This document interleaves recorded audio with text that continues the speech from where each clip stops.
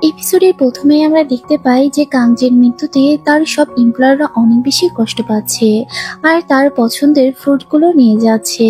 Last ফিউনারেলে তারা এটাই নিয়ে যায়। এরপর আমরা মাজেনকে দেখতে পাই, সে তো তাদের এক পার্টনারের সাথে কথা বলছে। সেই লোকটা এখানে শুধু নকল ফুল পাঠিয়েছে। তিনি বলতে থাকে, তোমার বস তো আমার টাকাও পরিশোধ করেনি, তাই অরিজিনাল ফুল আমি পাঠাতে পারলাম না। মাজেন তো কান্না করতে থাকে আর বলে, এত নির্দয় আপনারা কিভাবে হতে পারেন। এরপর আমরা আরো একজন এমপ্লয়ারকে দেখতে পাই, উনি তো অনেক বেশি কষ্ট পাচ্ছিল, শুধুমাত্র ছবির দিকেই তাকিয়েছিল আর কান্না করছিল। এতদিন তারা একসাথে কাজ করেছে, তারা তাদের বসকে অনেক বেশি ভালোবাসতো। এরপর আমরা সিয়নকে দেখি, ও তো ওর আইডি কার্ডটা দেখতে থাকে আর মনে মনে ভাবতে থাকে আর কোনো আশা থাকলো না, ও পড়াশোনাটা আর কমপ্লিট করতে পারবে না। ও চুপচাপ বসে থাকে আর অনেক কষ্ট পেতে থাকে। এদিকে তেপন দেখতে পায় ওর কাছে 12টা মিস কল এসেছে। সবাই হয়তো ওকে সান্ত্বনা দেওয়ার জন্যই ফোন দিচ্ছে, তাই রাগ করে ও তো ডিভাইসটা ভেঙে ফেলে। ওর তো এইসব এখন কিছুই ভালো লাগছিল না। এরপর আমরা পাস্টের ঘটনা দেখি। ছোটবেলায় ও তো ওর বাবার জুতা প্রতিদিন পরিষ্কার করে দিত, আর ওর বাবা অফিস যাওয়ার সময় এই পরিষ্কার জুতা পেয়ে অনেক খুশি হতো। তেপনকে উনি প্রতিদিন একটা করে হুইশ কার্ড দিত, বলতো, তুমি যেদিন আমার জুতা পরিষ্কার করো ওই দিনে আমার দিন অনেক ভালো যায়। তাই সত্যি আমি অনেক লাকি হয়ে যাচ্ছি। তেপন অনেক খুশি হয়ে যেত। এছাড়া বাবার সাথে ও অনেক ভালো সময় কাটাতো, যে কথাগুলো ওর এখন অনেক বেশি মনে পড়তে থাকে। ও অনেক উইশ কার্ড জীবনে জমিয়ে রেখেছে। এরপর দেখা যায় তেপন তো বাবার ছবির সামনে বসে থাকে আর বাবার ছবির দিকেই তাকিয়ে থাকে, কিন্তু তেপন একবারও কান্না করে না। এরপর দেখা যায় সেখানে অনেক লোকজনে আসে। হঠাৎ করে সেখানে মিস্টার চৈ নামে একটা লোক আসে আর সেখানে রাখা টাকাগুলো নিয়ে যেতে চায়। কোরিয়াতে ফিউনারেলে টাকা দেওয়া হয় যাতে করে মৃত ব্যক্তির পরিবারের কাজে আসে। এগুলো দেখে তেপন বেরিয়ে আসে আর বলে, এগুলো কি চলছে? তখন লোকটা বলে, তোমার বাবা আমার থেকে অনেক টাকা ধার করেছে, কিন্তু এগুলো সে কিছুই পরিশোধ করেনি। তার সাথে আমার ডকুমেন্টসও আছে, আর এই জন্যই এই টাকাগুলো আমি নিয়ে যেতে চাই। তেপন কিছুই বলতে পারে না। তখনও বলতে থাকে, এই টাকাগুলো ওনাকে নিয়ে যেতে দাও, যেহেতু আমার বাবা ওনার থেকে টাকা নিয়ে নিয়েছে তাই এই টাকাগুলো ওনারই প্রাপ্য। নামহোকে বারবার বলে এটা দিয়ে দেওয়ার জন্য, কিন্তু নামহো কিছুতেই রাজি হয় না, বলে এটা আমি কিছুতেই নিতে দিব না, এটা তোমাদের কাজে আসবে। তখনই সেখানে সিয়ন চলে আসে আর বলে, এখানে এগুলো কি চলছে? আপনি কিসের টাকা দাবি করছেন? তখন মিস্টার চৈ একটা কাগজ দেখায়, বলে আমার থেকে ও টাকা নিয়েছিল। এরপরে আমরা দেখি সিয়ন তো ভালো করে সবকিছু দেখে আর বলে, এখানে কোথাও উল্লেখ করা নেই যে সে টাকা নিয়েছে। এগুলো বলতে বলতে সেখানে আরো একজন লোক চলে আসে, আর যার নাম ছিল ব্যাকো। উনি তো বলে যে এখানে পারলে টাকা দিয়ে যাও, এটা বলে উনি কিছু টাকা দেয় আর বলে এইসব এখন বন্ধ করো।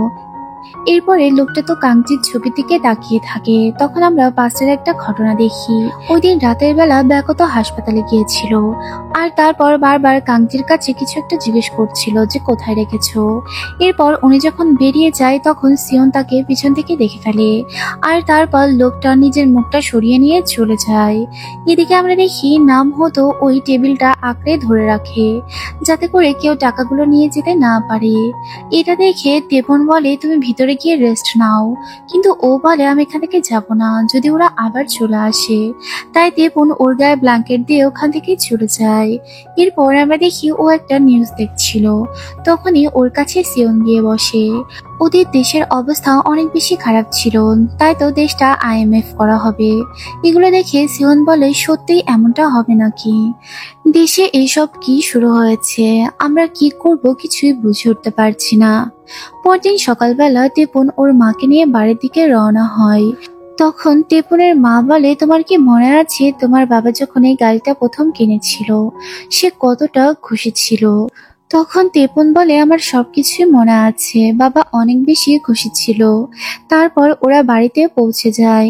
কিন্তু তেপন ভালো করে গাড়ি চালাতে পারতো না, তার জন্য ভালো করে পার্ক করতে পারছিল না। তখন ওর মা বলে, তুমি গাড়ি থেকে নামো, আমি সবকিছু ঠিকঠাক করছি। এটা বলে উনি তো গাড়ি পার্ক করার জন্য উঠে পড়ে, কিন্তু উনিও ভালো করে গাড়িটা পার্ক করতে পারে না। একটা পর্যায়ে সে গাড়ির সাথে ধাক্কা লেগে যায়, আর দুজনই অনেক বেশি ভয় পেয়ে যায়। কিন্তু তেপন ওর বাবার ছবিটা ঠিক শক্ত করে ধরেই রাখে। সিয়ন বাড়িতে আসলে দেখতে পায় ওর বোন রেডি হচ্ছে। তখন জিজ্ঞেস করে, তুমি কোথায় যাচ্ছ? তোমার তো আজকে ফার্স্ট জয়েনিং ছিল। তখন ও বলে যে আজকে আমার ইন্টারভিউ। আসলে আমি যে চাকরিটা পেয়েছিলাম ওটা আর নেই, এখন আমাকে পার্ট টাইম জব করতে হবে। তারপরেও আমরা থেমে থাকবো না। কিছুদিন পরে তেপন ওর গ্রিন হাউসে আসে, আর সেখানে আসার পরে ফুলগুলো দেখতে থাকে। ওর অনেক বেশি খারাপ লাগছিল। তখন ও খেয়াল করে নামহো আগে থেকে এখানে রয়েছে। তখন নামহো বলে, তোমার বাবা মারা গেল, কিন্তু তুমি তো একটুও কান্না করলে না। তখন তেপন বলে, আমার জানি কান্না আসে না, আমি নিজের মনের কষ্টটা কেন প্রকাশ করতে পারি না। আবার খুশি হলেও অনেক সময় আমি প্রকাশ করতে পারি না। এরপর নামহো বলে, তুমি কি তোমার বাবার কোম্পানিতে জয়েন হচ্ছ নাকি? ও বলে, আরে না। পরদিন সকালবেলা তেপন সিদ্ধান্ত নেয় ওর বাবার কোম্পানিতে ও যাবে। সেখানে বাবার জিনিসপত্রগুলো শুধু দেখার জন্যই ও চলে যায়। তারপর কোম্পানির সামনে গিয়ে ও বেশ কিছুক্ষণ দাঁড়িয়ে থাকে। এদিকে আমরা দেখতে পাই যে ওই বড় কোম্পানিটা ওদেরকে অনেকগুলো টাকা পাঠিয়ে দিয়েছে, কিছু অ্যাডভান্স দিয়েছে, 2 দিনের মধ্যে মাল ডেলিভারি করতে হবে। তার জন্য সবাই অনেক বেশি ব্যস্ত হয়ে যায়, যে কি করবে কিছু যেন বুঝে উঠতে পারছে না। এগুলো যখন সিদ্ধান্ত নিচ্ছিল তখনই সেখানে তাইপন চলে আসে। তাইপনকে দেখে সবাই একটু অবাক হয় যে এর আগে সে কখনোই তাইপন কোম্পানিতে আসেনি। তাইপনকে এভাবে আসতে দেখে সবাই ভাবে হয়তো বোনাসের কথা জানতে পেরে ও এখানে এসেছে, কিন্তু তাইপন তো বলে ও বাবার কিছু জিনিস নেওয়ার জন্য এখানে এসেছে। আর তারপর বাবার অফিসে গিয়ে জিনিসগুলো দেখতে থাকে। বাবার সিটটা দেখে ওর অনেক মায়া লাগে, আর তারপর সিটটাতে বসে পড়ে। ওখানে রাখা ছবিগুলো ও দেখতে থাকে। ওর বাবার টেবিলের উপর ওদের ছবি ছিল। এদিকে অন্যান্য এমপ্লয়াররা এটাই আলোচনা করে যে এই বিষয়ে ওকে কিছু বলা যাবে না, না হলে এই টাকাগুলো ও নিয়ে যেতে পারে। আমাদের মতো আমাদের কাজ করে যেতে হবে। এইসব কথা বলতে বলতেই সেখানে মিস্টার চই চলে আসে, আর এসে বলে, আমাকে আমার ডকুমেন্টসটাও ফেরত দাও, আমি লিগেল নোটিশ নিয়ে এসেছি। তারপরে সে তো ওই পেপারটা বের করে দেয় আর বলে, আমি পেপারটা নিয়ে যাব। তখনই তারপর বেরিয়ে আসে। লোকটা বলে, তুমি এখানে কি করছো? তখন ও বলে, আমি এই কোম্পানির এখন এমপ্লয়ার, তার জন্য আমার হক আছে জিজ্ঞেস করার। লোকটা কিছু না বলে ভিতরে ঢুকে পড়ে, আর তারপর ডকুমেন্টসটা নিয়ে নেয়। বলে, এই ডকুমেন্টসটা আমি নিয়ে যাচ্ছি। তাইপন বলে, দ্বিতীয়বার এখানে এসো না। এমপ্লয়ার হওয়ার কথা শোনা মাত্রই সিয়ন্ত একটা পেপার নিয়ে ওর কাছে চলে যায়, আর বলে, তুমি যদি এখানের এমপ্লয়ার হতে চাও তাহলে এই ফর্মটা পূরণ করে দাও। এটা শোনা মাত্রই ও আর দ্বিতীয়বার ভাবে না, এখানে সবকিছু ফিল আপ করে দেয়। আর খুব তাড়াতাড়ি ওর কার্ডও চলে আসবে এরকমটা সিয়নকে বলে দেয়। তাইপন তো সবকিছু ফিল আপ ঠিকই করে ফেলে, কিন্তু ওর একটু ভয় লাগে। ও আসলে কোনো কিছুই জানতো না কিভাবে কাজ করতে হয়। তারপরেও ও একটা রিস্ক নিয়ে নেয় এখানকার এমপ্লয়ি হওয়ার জন্য। সিয়ন বলে, প্রতিদিন তোমাকে অফিসে আসতে হবে। এরপর ও রাতের বেলা যখন বাড়ি ফিরে যায় ও দেখতে পায় বাড়ির সামনে অনেকগুলো চিঠি এসেছে। এগুলো নিয়ে যখন ভিতরে ঢুকে ও তো অনেক ভয় পেয়ে যায়। আসলে ওর মা চুপচাপ অন্ধকারে বসেছিল। ওর মা বলে, আমাদের ইলেকট্রিসিটি কেটে দিয়েছে, বিল না দেওয়ায় তারা সবকিছু বন্ধ করেছে। সামনে ক্রিসমাস, তাই আমি সবকিছু ডেকোরেট করছি। তোমার মন আমি খারাপ দেখতে চাই না। আসলে তারপরের মা ইচ্ছে করেও অনেকগুলো প্লাগ বন্ধ করে রেখেছিল। এরপর আমরা দেখি যে একটা ফোন চলে আসে। তারপর ফোনটা রিসিভ করতে গেলে ওর মা নিষেধ করে। তারপরেও ও ফোনটা রিসিভ করলে কেউ একজনকে অনেক বকাবকি করে টাকার জন্য। তখন ও এমন ভাবতে খায় যেন ওর ফ্রেন্ডরা ওকে ফোন করেছিল, কিন্তু মা তো ঠিকই বুঝে ফেলে। তারপর দুজনই একসাথে ক্যান্ডেলের সামনে বসে থাকে। ওর মা তো ওকে পরম আদরে নিজের কোলের ভিতর নিয়ে নেয়। এদিকে সিয়ন ওর বইগুলো সব পুড়িয়ে ফেলে। ওর আর পড়াশোনা হবে না। তখনই সেখানে মিহ চলে আসে। মিহ বলে, তুমি এগুলো কি করছো? আমি কষ্ট করছি শুধুমাত্র যাতে তুমি ভার্সিটিতে যেতে পারো। তুমি কেন তোমার বইগুলো পুড়িয়ে ফেললে? এগুলো বলে ও কান্না করতে থাকে। এটা দেখার পরে সিওনের অনেক খারাপ লাগে। তারপর নিজের বোনকে গিয়ে হাগ করে আর বলে, সবকিছু ঠিক হয়ে যাবে, তুমি কান্না করো না। এদিকে রাতের বেলা তেপন আবারও কোম্পানিতে আসে। সেখানে আসার পরে ওর বাবার ছবিটা দেখতে থাকে। সেখানে এই ছবি দেখে ওর অনেক কান্না পায়। হঠাৎ করে ও খেয়াল করে ছবিটার পেছনে একটা চাবি রয়েছে, যেটা দেখার পরে ও বেশ অবাক হয়। আর তারপর বাবার রুমে সবকিছু লক চেক করতে থাকে যে এই চাবিটা কোন লকের হতে পারে। ও অনেকক্ষণ ধরে ট্রাই করতে থাকে এই লকটা খোঁজার। ফাইনালি ও একটা জায়গায় বসে পড়ে, যেখানে ছোট্ট একটা টেবিল ছিল। ওখানে চাবিটা দেওয়ার সাথে সাথে লকটা খুলে যায়, যেটার মধ্যে একটা লকার ছিল। এটা একটা পিনকোড দিয়ে আটকানো ছিল। এরপর ও তো ওই কোম্পানি থেকে বেরিয়ে আসে। পিছন থেকে ওকে নামহো ঢেকে নেয়। আর তারপর বন্ধুর সাথে বাড়ি যায়। সেখানে গিয়ে নামহুকে সব কথা বলে। তখন নামহু বলে, তুমি কাউকে এই কথাটা বলো না, না হলে কোম্পানির লোকজন ওটার ভাগ বসাতে চাইবে। নিশ্চয়ই ওটার মধ্যে অনেক টাকা পয়সা আছে। এরপর নামহু বলে, তুমি কি ওখানে সত্যি পার্মানেন্ট হয়ে যাবে নাকি? তখন ও বলে, আরে না, আমার এগুলো ভালো লাগে না। আমি আমার গ্রিন হাউসে মনোযোগ দিয়ে কাজ করব। দেখো এখান থেকে আমি কতটা ফেমাস হয়ে যাই। এগুলো নিয়ে বন্ধুর সাথে ও অনেক মজা করতে থাকে আর কথা বলতে থাকে। নামহু বলে, আমি সবসময় তোমার সাথে থাকবো। এরপর দুজন মিলে যখন অনেক ফাজলামি করছিল, তখন পেছন থেকে কেউ কথা বলে উঠি। আর এটা তো থাকে হিয়ন। হিয়ন বলে, তুমি লাইফে কিছুই করতে পারবে না, তুমি তো বাবার আদরের দুলাল, তাই তোমার দ্বারা কিছুই সম্ভব নয়। তোমার বাবা এখন নেই, তাই তোমারও কোনো দাম নেই। এগুলো বলতে বলতে নামহুকে কোনো রকম সামলে ওখান থেকে বেরিয়ে পড়ে। পরদিন সকালবেলা আমরা দেখতে পাই ও তো অফিস চলে আসে। অফিসে এসে ও তো তেমন কোনো কাজ ছিল না।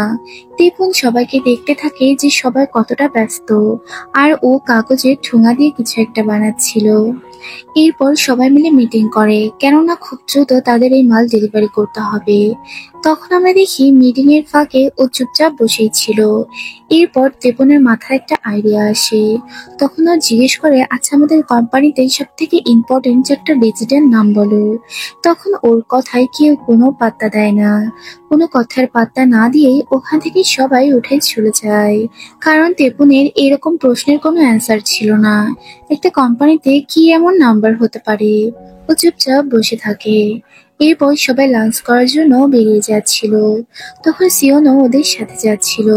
তেপন ওকে আটকায়, বলে, তোমার কি ওদের সাথে যাওয়া খুব জরুরি নাকি? ও বলে যে হ্যাঁ, আমাকে যেতে হবে। এরপর তেপন বলে, ওই খাবারটাকে অনেক পছন্দ নাকি তোমার? সিওন বলে, না, আসলে এটা আমার রুটিন হয়ে গিয়েছে। এরপর তেপন ওকে জিজ্ঞেস করে, আচ্ছা এই কোম্পানির চারটা ডিজিটের নাম বলো, যেটা তোমরা সচরাচর ব্যবহার করে থাকো। তখন ও বলে, এরকম কোনো নাম্বার আমার জানা নেই, কিন্তু ও একটা স্লোগানের নাম বলে যেটা ওর বাবা প্রায় বলতো। এরপর আমরা দেখি রাতের বেলায় চুপি চুপি তেপন আবারও কোম্পানিতে আসে। সেখানে আসার পরে ও অনেক কিছু দিয়ে ট্রাই করে এই লকটা খোলার জন্য। এছাড়া সাথে করে ও অনেক জিনিসও নিয়ে আসে যাতে করে এটা খুলতে পারে, কিন্তু কোনো কিছু দিয়ে কাজ হয় না। ও তো ওই স্লোগানটার থেকে একটা আইডিয়া পেয়ে যায়। তারপর ও যখনই প্রেস করে আর সাথে সাথে লকারটা খুলে যায়। এটার মধ্যে অনেকগুলো ফাইল ছিল, তেমন কোনো টাকা পয়সা ছিল না। তবে এখানে কিছু সেভিংস বই ছিল, যেটা দেখে তেপন তাৎক্ষণিক ওটা নিয়ে নেয়।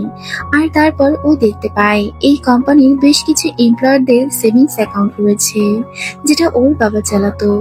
ফাইনালি ও ওর নামেও একটা বই দেখতে পায়। ওর বাবা ওর নামে একটা সঞ্চয় করতো। সেখানে ওর পেছনে একটা ছবিও দেখতে পায়, যেটাতে ও আর ওর বাবা রয়েছে। যেটা দেখার পরে ওর অনেক বেশি খারাপ লাগে বাবার জন্য। পরদিন সকালবেলা সবাই যখন অফিস আসে, ও অফিসে আসে। তেপুন বলে যে সিওনের সাথে আমার কিছু দরকার আছে। এটা পরে ওরা দুজন বাইরে চলে আসে। এরপর তেপন ওকে রিকোয়েস্ট করে যে কোম্পানির কাজগুলো যাতে ওকে বুঝিয়ে দেওয়া হয়। ও কোনো কিছুই ভালো মতো জানে না, একটু হেল্প করলে ওর খুব ভালো হবে। সিয়ন এতে করে রাজি হয়ে যায়, বলে যে আমি সব সময় তোমাকে হেল্প করব। তারপর দুজনে বাইরে বের হয়ে আসে। এখানে আমরা দেখি যে সিয়নকে একটা মেসেজ দেয়, বলে ওই দিন রাতের বেলা আমি যখন স্যারকে দেখতে গিয়েছিলাম আমাকে স্যার কিছু কথা বলেছিল। সে বলেছিল যে আমার তেপন অনেক ভালো কিছু করবে আর তুমি সবসময় ওর পাশে থেকো। কিন্তু সিয়ন এই কথাটা ওকে বলে না যে সবসময় ওকে পাশে থাকতে বলেছে, শুধু এটাই বলে যে বাবা বলেছে তুমি ভালো কিছু করবে। এটা শোনার পরে তেপনের অনেক বেশি ভালো লাগে যে বাবা ওকে কিছু একটা মেসেজ রেখে গিয়েছে। ও অনেক বেশি খুশি হয়ে যায় আর সিয়নকে বারবার থ্যাঙ্কস বলতে থাকে যে এটা ওকে জানানোর জন্য। তেপুন সিয়নকে বলে কালকে থেকে যাতে কাজগুলো ওকে বুঝিয়ে দেওয়া হয়, আর তারপর ওকে বাই বলে ওখান থেকে চলে যায়। এদিকে সিয়ন তো ওই কার্ডগুলো নিতে আসে যেগুলো তেপুনের নামে করা হয়েছে। এরপর আমরা দেখি তেপুন হাঁটতে হাঁটতে একটা জায়গায় বসে পড়ে, আর তারপর ওই বইটা বের করে ও দেখতে থাকে। ওখানে একটা পৃষ্ঠায় ওর বাবা লিখেছিল যে তেপুন আমি তোমাকে অনেক ভালোবাসি। এগুলো দেখার পরে তেপুনের ফাইনালি অনেক বেশি কান্না চাপে। ও তো ছোট বাচ্চাদের মতো কান্না করতে থাকে। তেপুনের খুব বেশি কষ্ট হচ্ছিল বাবার জন্য। ও বাচ্চাদের মতো কাঁদছিল আর বাবার ছবিটা দেখছিল। ও কিছুই যেন বুঝতে পারছিল না ওর লাইফটা কোথায় এসে দাঁড়িয়েছে। বাবা হারা জীবনটা যেন ওকে অনেক অসহায় করে তুলেছে। এরপর আমরা দেখি পরদিন সবাই অনেক বেশি ব্যস্ত থাকে, কারণ আজকে মাল ডেলিভারি করার ডেট ছিল। সারাদিনই ওরা অনেক বেশি ব্যস্ত থাকবে, তাই সকাল সকাল এখানে চলে এসেছে। এরপর দেখা যায় এখানে তো তেপুনের অন্য একটা রূপে এন্ট্রি হয়। সে একেবারে ডিসেন্ট লুকে এখানে চলে আসে আর বলে আমি তোমাদের সাথে কোম্পানিতে যাব, আমাকে নিয়ে চলো। এরপর ও মাইজিনের সাথে আর সিওনের সাথে কোম্পানিতে চলে আসে। এখানে এসে ও সবকিছু চেক করে ওদের সাথে। এখানে একজন ট্রাক ড্রাইভার থাকে যে সবকিছু ওদেরকে দেখাতে থাকে। সিয়ন বলে এই ট্রাক ড্রাইভারই সবসময় ওদের মাল নিয়ে যায়।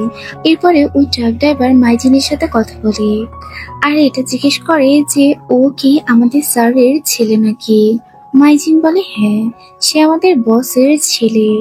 এরপর ট্রাক ড্রাইভারটা তেপনের সাথে কথা বলে আর বলে তোমার চোখ দুটো অনেক বেশি স্বচ্ছ, তুমি সবসময় এরকমই থেকো, তাহলে অনেক ভালো কিছু করতে পারবে। এরপরে ওর থেকে অনেক কিছু জিজ্ঞেস করতে থাকে আর তারপর ট্রাক নিয়ে তারা চলা শুরু করে দেয়। তেপন আর সিয়ন অনেক বেশি হ্যাপি থাকে। তারপর তেপন ওর থেকে জিজ্ঞেস করে এই কোম্পানিটা কোথায় আর কোম্পানিটার নাম বা কি। তখন সিয়ন ওকে সবকিছু বলে। তখন তেপন বলে আমার সাথে এসো। এরপর ওরা একটা শর্টকাট রাস্তা ধরে ওই কোম্পানির দিকে এগোতে থাকে। তেপন খুব একটা ভালো গাড়ি চালাতে পারতো না, কোনো রকমে টেনে হিসড়ে এখানে চলে আসে। তারপর কোম্পানিতে আসলে ওখানে একটা লোক ওদেরকে রিসিভ করে নেয়। তেপুন ওই কোম্পানির ভিতরে যেতে চাইলে লোকটা তো সাথে করে নিয়ে যেতে একটু হেজিটেট ফিল করে। তারপরে ওরা জোর করলে লোকটা ওদেরকে ওই কোম্পানির দিকেই নিয়ে যায়। তেপুন সবকিছু লক্ষ্য করছিল। এরপর ভিতরে ঢুকলে ও দেখতে পায় এখানে তো ভালো মতো কোনো ফাইলও নেই, সবকিছু কেমন ফাঁকা, আর এমপ্লয়াররা ভালো করে ওদের দিকে তাকাচ্ছেও না। সাধারণত বাইরে থেকে একটা লোক আসলে সবাই তাকেই দেখতে থাকে, কিন্তু এখানে একটু অদ্ভুত। এছাড়া এখানে একটা কম্পিউটারও কানেক্টেড ছিল না, আর তাছাড়া প্রত্যেকটা বক্স ফাইল ছাড়া ছিল। ও আরো খেয়াল করে ডাস্টবিনটা একেবারে ফাঁকা। যদি এখানে কাজই হবে তাহলে ফাইল কোথায়, এগুলো ওকে অনেক প্রশ্ন করায়। আর তারপর ও তো সিয়নকে জিজ্ঞেস করে আমাকে এখানে কিছু একটা উল্টোপাল্টা মনে হচ্ছে। তারপর সিয়নকে বলে যে সবকিছু ভালো করে দেখো, সবকিছুই ফাঁকা আর কেউই দেখো আমাদের দিকে তাকাচ্ছে না, আমার তো কিছু একটা গড়বড় মনে হচ্ছে। আর তারপর সিয়নকে সবকিছু দেখায়। তখন সিয়ন বলে তুমি এগুলো কি বলছো এখন, কিন্তু ও বলে যে আমাদের এই মাল ডেলিভারি করা থেকে বন্ধ করতে হবে। এটা বলেই ও বাইরে দৌড়তে থাকে। কোম্পানি থেকে বের হয়ে ও তো দৌড় লাগায়। ও দৌড়তেই থাকে যত দূর না পর্যন্ত ট্রাক ও সামনে পাবে ও দৌড়বেই। এদিকে ট্রাকও প্রায়ই চলে এসেছে। ফাইনালি ও ট্রাকগুলো দেখতে পায়। আর তারপরে ট্রাকের সামনে গিয়ে দাঁড়িয়ে পড়ে আর বলে, ট্রাক থামাও, এই মাল নিয়ে তোমরা যেতে পারবে না। তখন মাইজিন আসলেও মাইজিনকে সব কথা বলে। মাইজিন বলে, তুমি এগুলো কি বলছো? ওরা আমাদেরকে কিছু অ্যাডভান্স পেমেন্ট করেছে। তখন ও বলে, তুমি এটা বন্ধ করো, ওটা একটা ফ্রড কোম্পানি, আমাদের অনেক বড় লস হয়ে যাবে, টাকাগুলো ব্যাক করে দিও। এরপর দুজন মিলে একটু ফাইট করে। মাইজিন বলে, আমরা যাবই, কিন্তু দেবপুল তো রাস্তাতেই শুয়ে পড়ে। তখন মাইজিন বলে, ওর উপর দিয়ে গাড়ি চালিয়ে দাও, তারপরেও এটা আমাদের নিয়ে যেতে হবে। তখনই সেখানে স্নোফল হতে শুরু করে দেয়। তাইপুন উপরের দিকে তাকিয়ে দেখতে পায় স্নোফল হচ্ছে, যেটা দেখার পরে হঠাৎ করে ওর বাবার কথা ওর অনেক মনে পড়তে থাকে। ছোটবেলায় ওর বাবার সাথে ও কিভাবে সময় কাটাতো, এগুলো ভেবেই ওর অনেক বেশি কষ্ট হচ্ছিল, আর বাবাকেও অনেক বেশি মিস করছিল। তারপরে ও তো কান্না করতে থাকে, ওর চোখ দিয়ে অটোমেটিক পানি বের হতে থাকে, আর ও বলতে থাকে, আমি তোমাকে অনেক মিস করছি বাবা। আর এই মোমেন্টে এই এপিসোডটি শেষ হয়ে যায়। তোমাদের এই এপিসোডটি কেমন লাগলো অবশ্যই কমেন্টে জানাতে ভুলবে না। ভিডিওটা ভালো লাগলে একটা লাইক করে দিও, আর পরবর্তী এপিসোড দেখার জন্য চ্যানেলটাকে একটা সাবস্ক্রাইব করে দিও। Thanks for watching. আল্লাহ হাফেজ।